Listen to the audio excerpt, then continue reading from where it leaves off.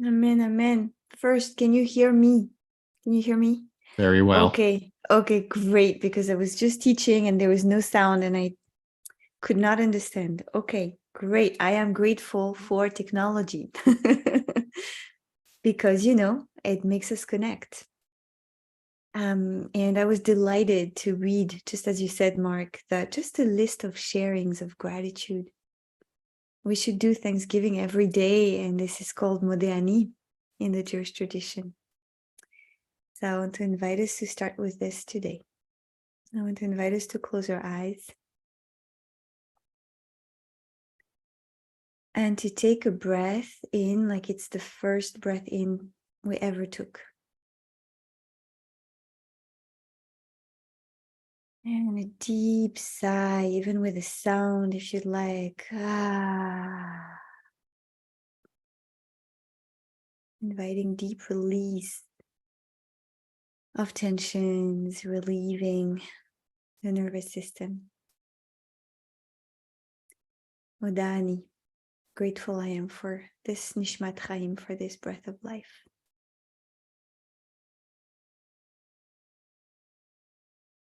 And for this capacity to release. Because if I can't release, if I leave like this and I try to hold on to everything, I can't receive because my hand is closed and my heart is closed. So I want to invite us to sit like this with the hands open, with the heart open, just as our body is teaching us. And we'll sit for a couple of minutes of quieting before we go into our learning today.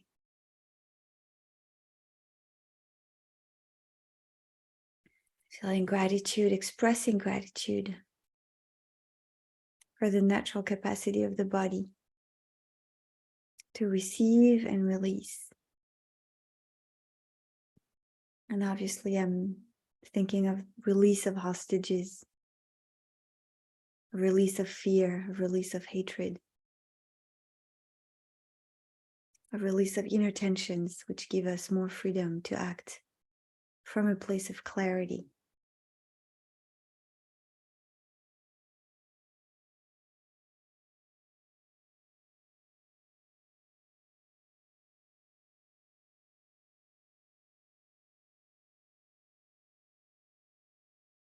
Modéani, that's really what we say in this prayer. Shechazarta bi nishmati bechemla, that you brought back into me nishmati.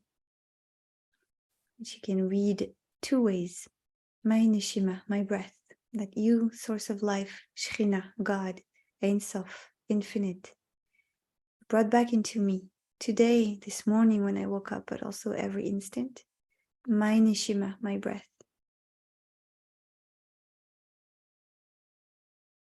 And my neshama, my soul, because they go together.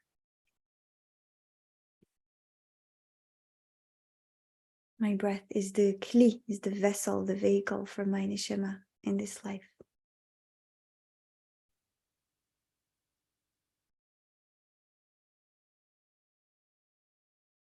Gratitude for this breath, gratitude for this soul. Receiving and releasing every instant.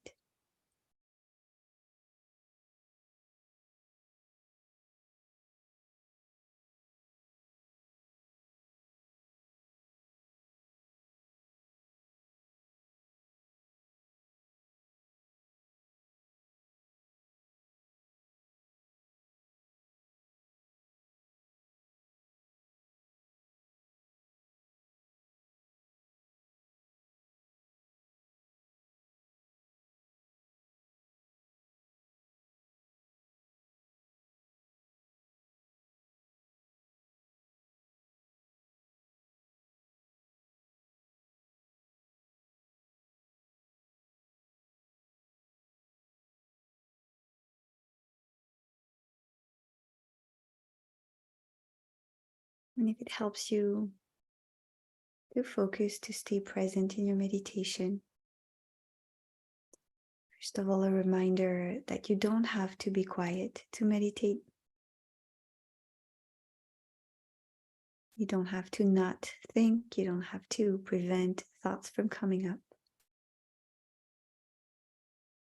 To the contrary, it's an invitation to let them be. To let everything be just as it is.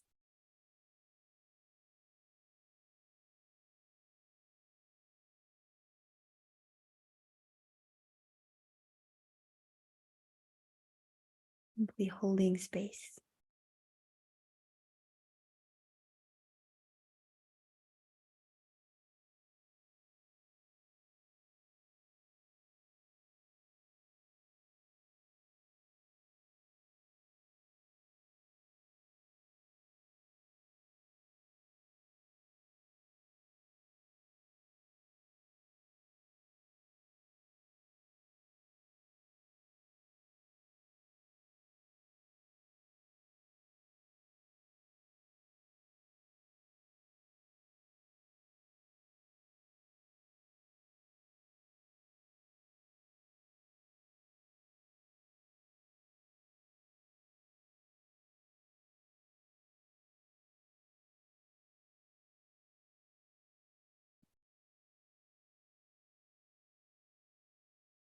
And if it helps you stay more present in this meditation today, these are just invitations. See what works for you. You can add a thought, an intention, a sentence to the breath in, receiving,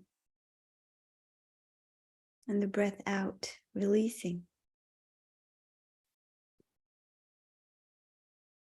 אני מקבל, מקבלת.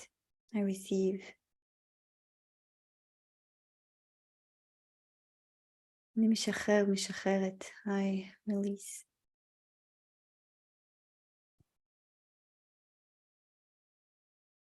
Really be with the receiving and the releasing that are already happening naturally by themselves.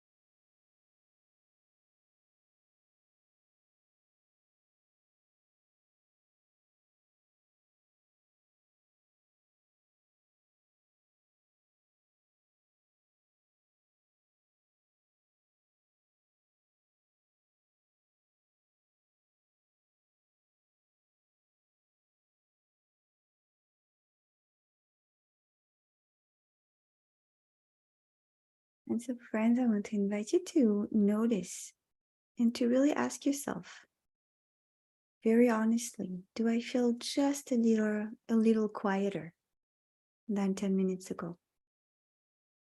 Do I feel just a little more spacious? Perhaps you do, perhaps not yet. But after this few minutes of quieting, of blending together, I want to offer a few words of Torah on the parasha, the upcoming parasha,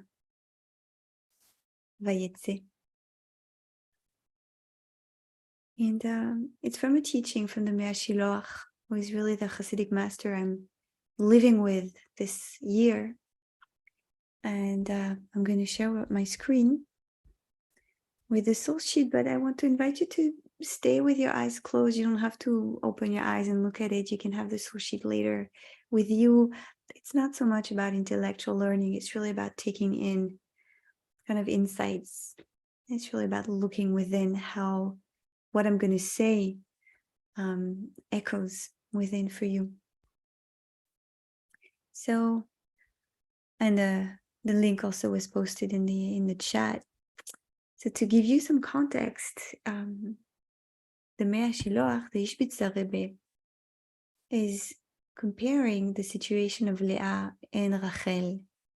And one seems to not be struggling and receiving. She's receiving children without struggling. And the other one is struggling and praying, but she's not receiving. And so the Mea Shiloach is bringing this contrast. How come one is not struggling and receiving, and the other one is receiving and not struggling? And he's going to tell us this. He's going to say, you know, and this is just the behavior, the way God deals with the human. That when the divine source of life gives us goodness in a midah, in a quality,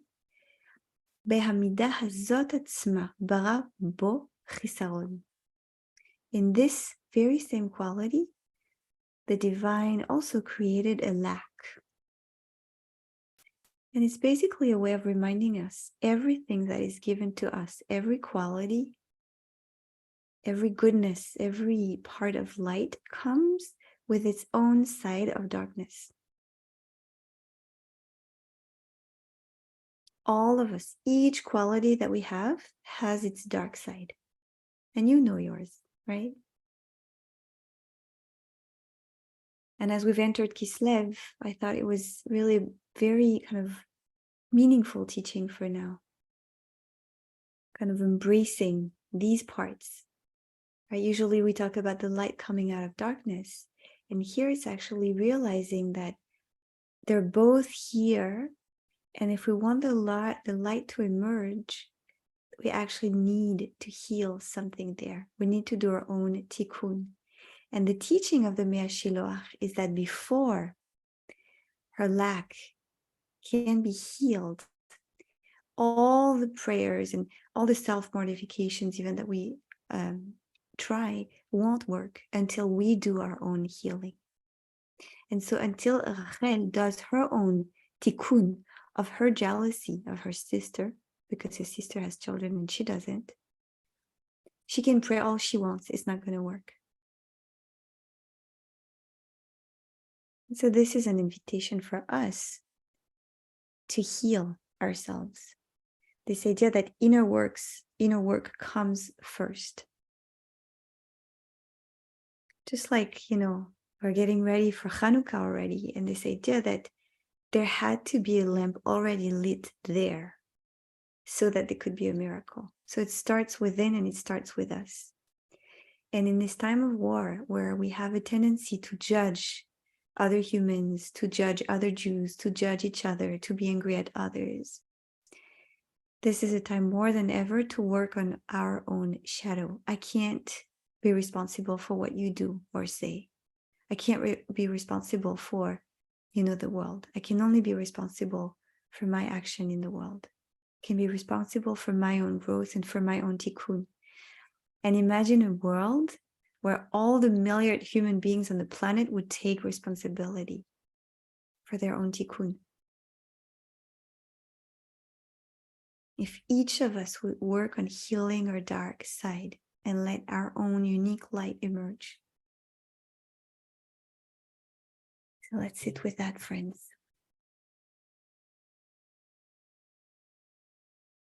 I want to invite you to close your eyes again if they're not closed already.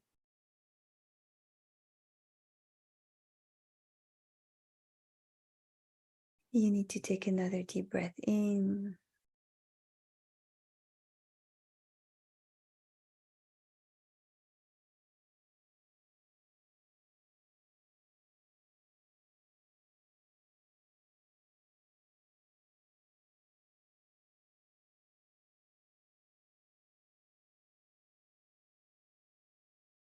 And maybe this meditation is going to be a meditation of cheshbon nefesh, of accounting of the soul, of introspection, maybe focusing on one quality that we have with its side of light and its side of darkness. And just embracing it. We're not pushing away, we're not judging, we're just really, אנחנו מתבוננים, we're contemplating.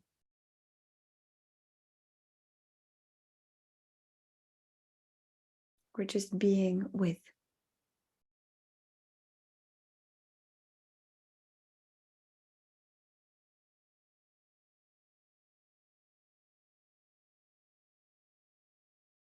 So choose something simple, not too challenging.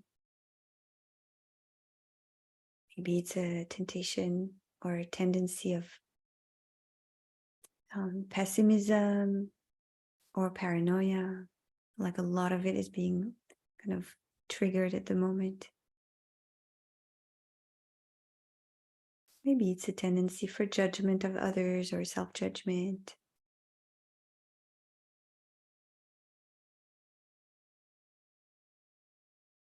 Maybe it's a difficulty of listening to others. Right? Choosing for yourself which midah, which quality you want to kind of contemplate right now and embrace. Contemplating both the light and the dark aspect of it.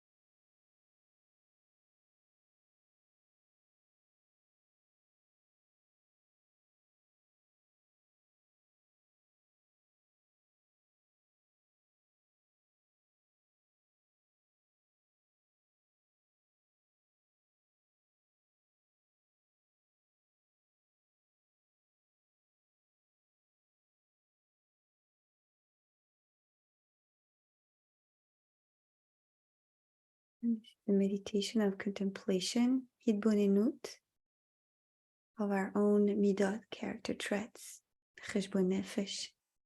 It's a concentration meditation.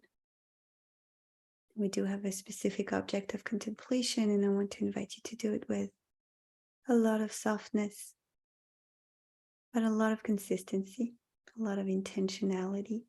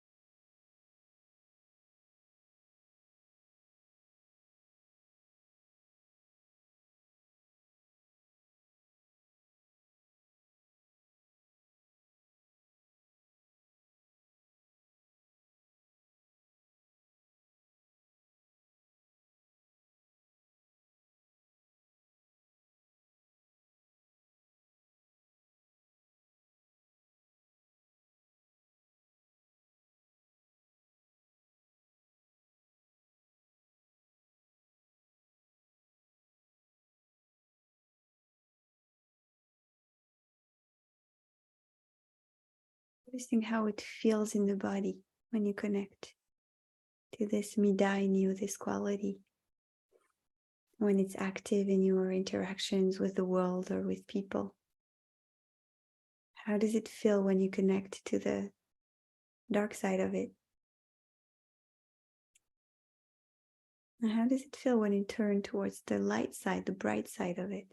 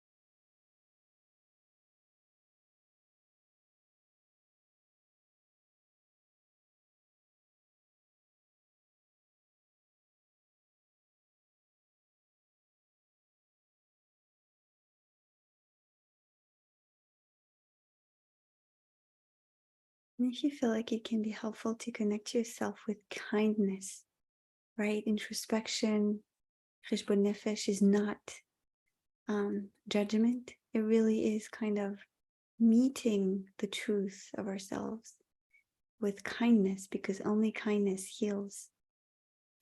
So a hand on the belly and maybe a hand on the chest also helps us stay present in our body.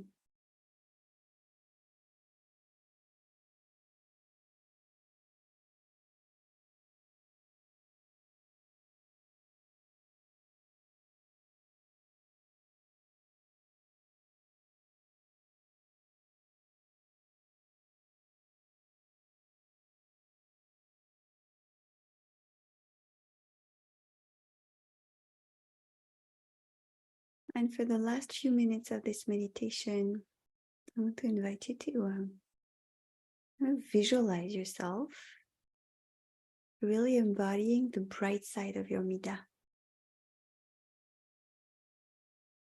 Imagining quite specific kind of scenes of your daily life when you're embodying, you're living the bright side, that it's the light side that is active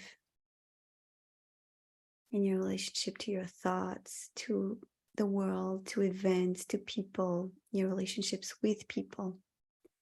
How does it feel in your body? How does it feel to be alive from the light side of this quality?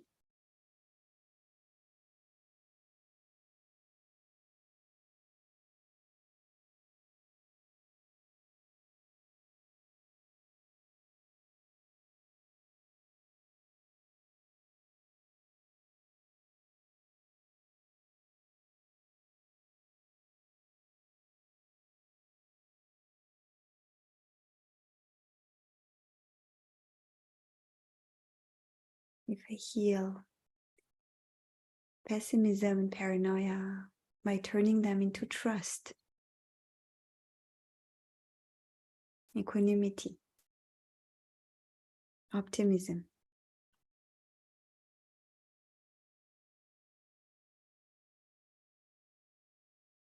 If I heal judgment by turning on the light of compassion, understanding, deep listening, humility.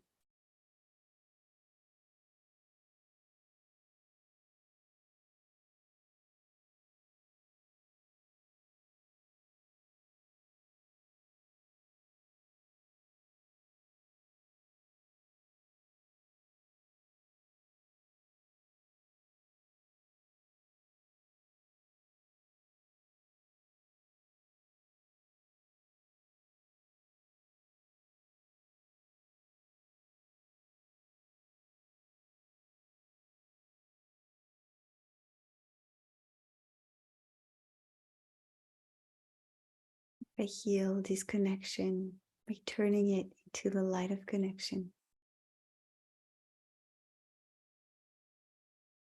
to my body,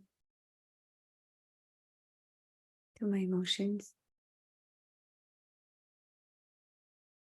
to my close ones, to humanity.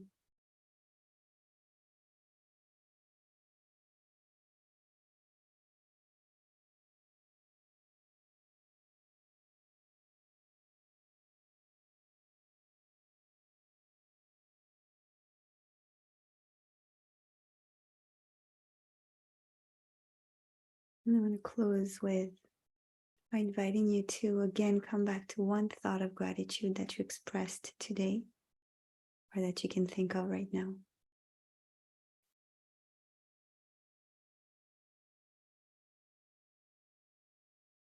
And one kavanah, one intention, and one way that you want to shine your own unique light around you today in a very concrete way.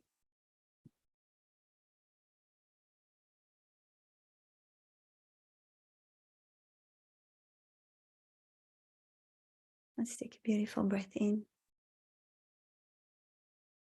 out. Getting ready to say Kaddish. with Rabbi Mark.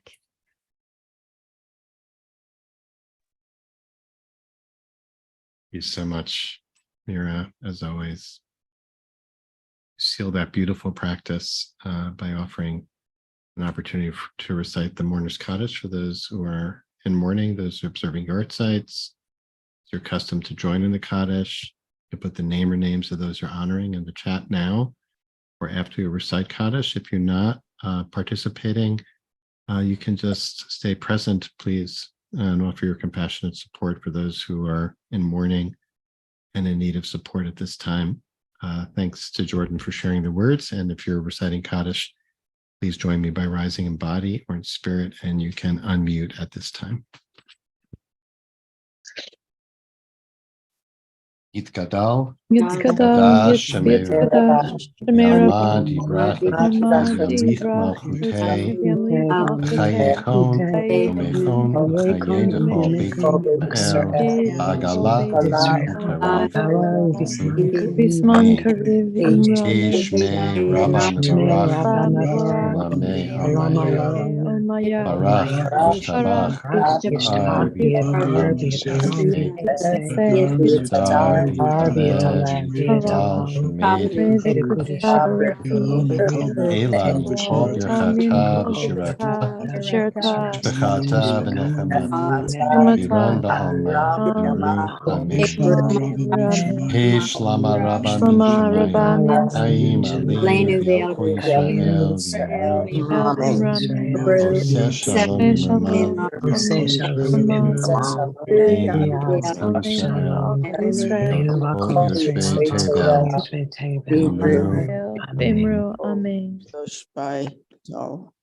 Bimru, Amen. Amen. Friends, thanks so much for joining us today. As always, our gratitude to Rabbah Dr. Mira Neshama Weil for leading us, as always, so beautifully today, and a beautiful way to head into American Thanksgiving. A reminder, we won't be meeting live tomorrow or Friday. We'll be back next Monday at our regular time, full week of practice. Thanks to Jordan Pollack for holding our tech space, and thanks to all of you for being here. As always, you're invited to stay on for a conversation with our teacher today. And if you have a question, you can put it in the chat. Preface it, please, by writing question in all caps, so you can keep an eye on that. And also, while matter, just a reminder that Mira is offering morning meditations. I think we'll talk about this in a moment, but for December, it looks like they are in the same vein as our practice today, focusing on midot. Is that right, Mira? Yeah. And as well as Mira's ongoing series based on the teachings of the Mehashiloach, which she referenced today as well. If you're leaving us now, I want to wish you, if you observe Thanksgiving, and even if you don't, we hope you have a beautiful next few days, and stay safe and well. We hope to see you back next Monday, and wish you a restorative Shabbat at a time when we so need the practice of Shabbat. And for those who are staying on, again, please feel free to join via the chat. Hi, Mira. Wanted to first of all just we'll get into the teaching and the practice, but I first just wanted to check in with you, see how you're doing, and if you're comfortable, whatever you're comfortable sharing insofar as that, but also in terms of how you might say your practice is helping you navigate these days. I think that could be helpful for everyone. Thank you. I can share that I've been through a long low, a long down, when we started with the shock on October 7th, really the shock, and then the war. But then when I started seeing the hatred, the anti-Semitic rise all over the world in a way that was completely disinhibited, like things that used to be politically incorrect to speak about Hitler and the net, and then now it's become fine, and that really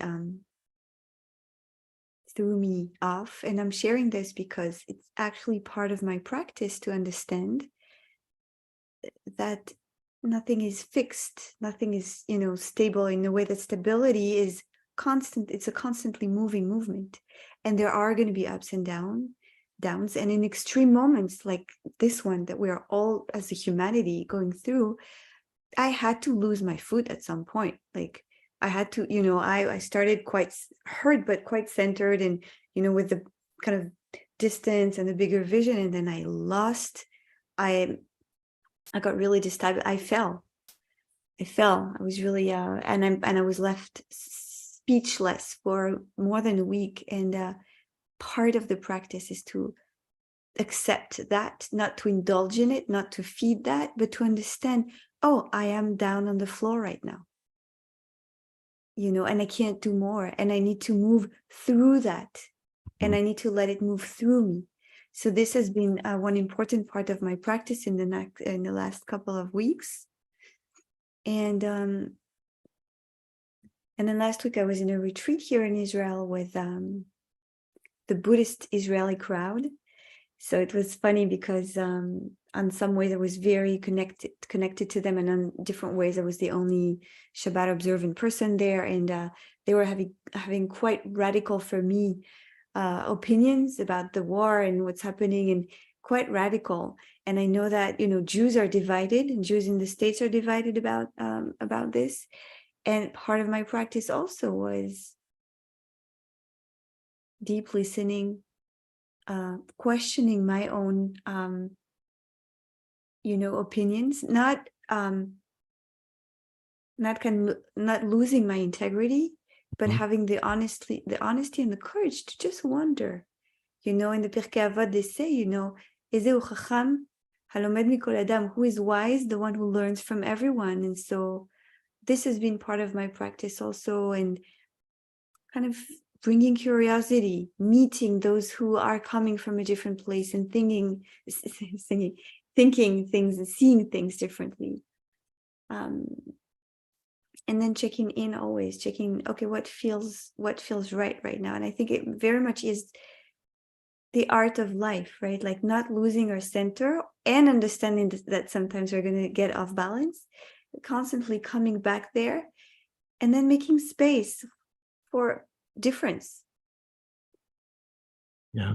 Thank you so much for sharing all of that. I think I'll speak for myself. It's very helpful for me.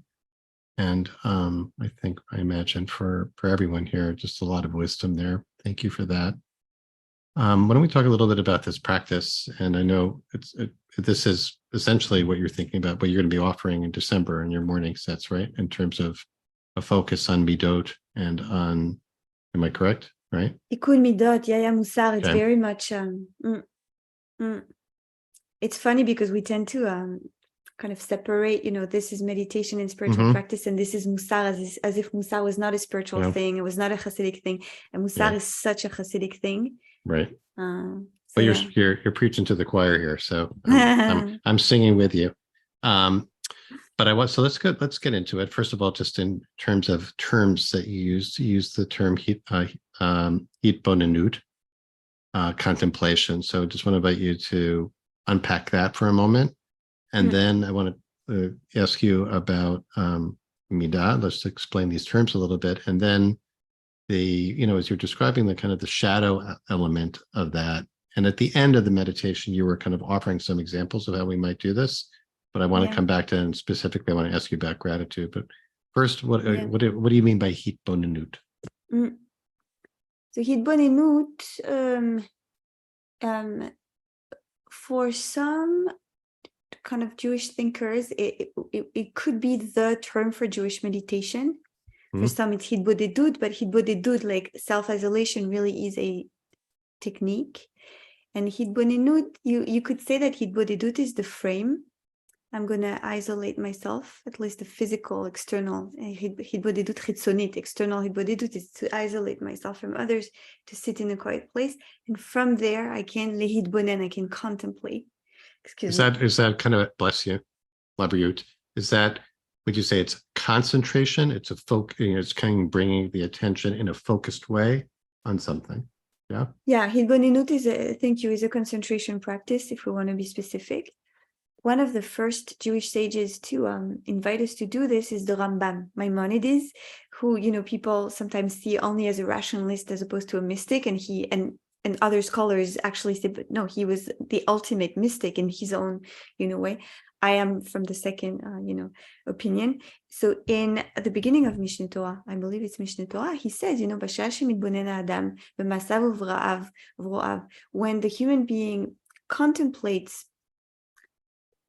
creation, the actions of the divine and creators, this is the way of understanding the divine. If I translate this in our language, basically, and teachers of non-duality, teachers of Buddhism, they say the same. Like, you want to understand the sacredness of life, you want to touch life, just look at life. Just look, contemplate the aliveness in a tree, in the sky, in a child, in a curtain moving in the wind.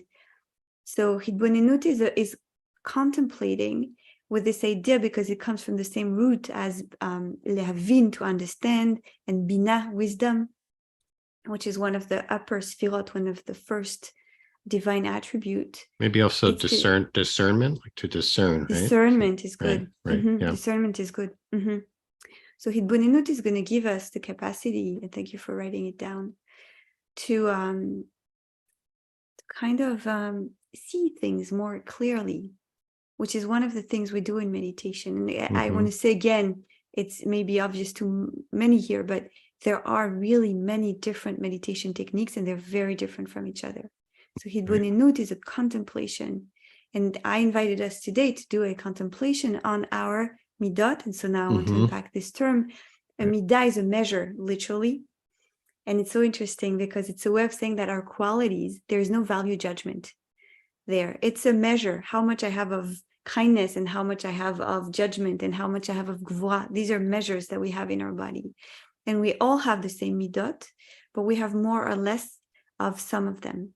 And in this teaching, the Mea Shiloach is reminding us that not only this, but each midah is a coin with two, sides of it. And we have the dark side of it and the light side of it.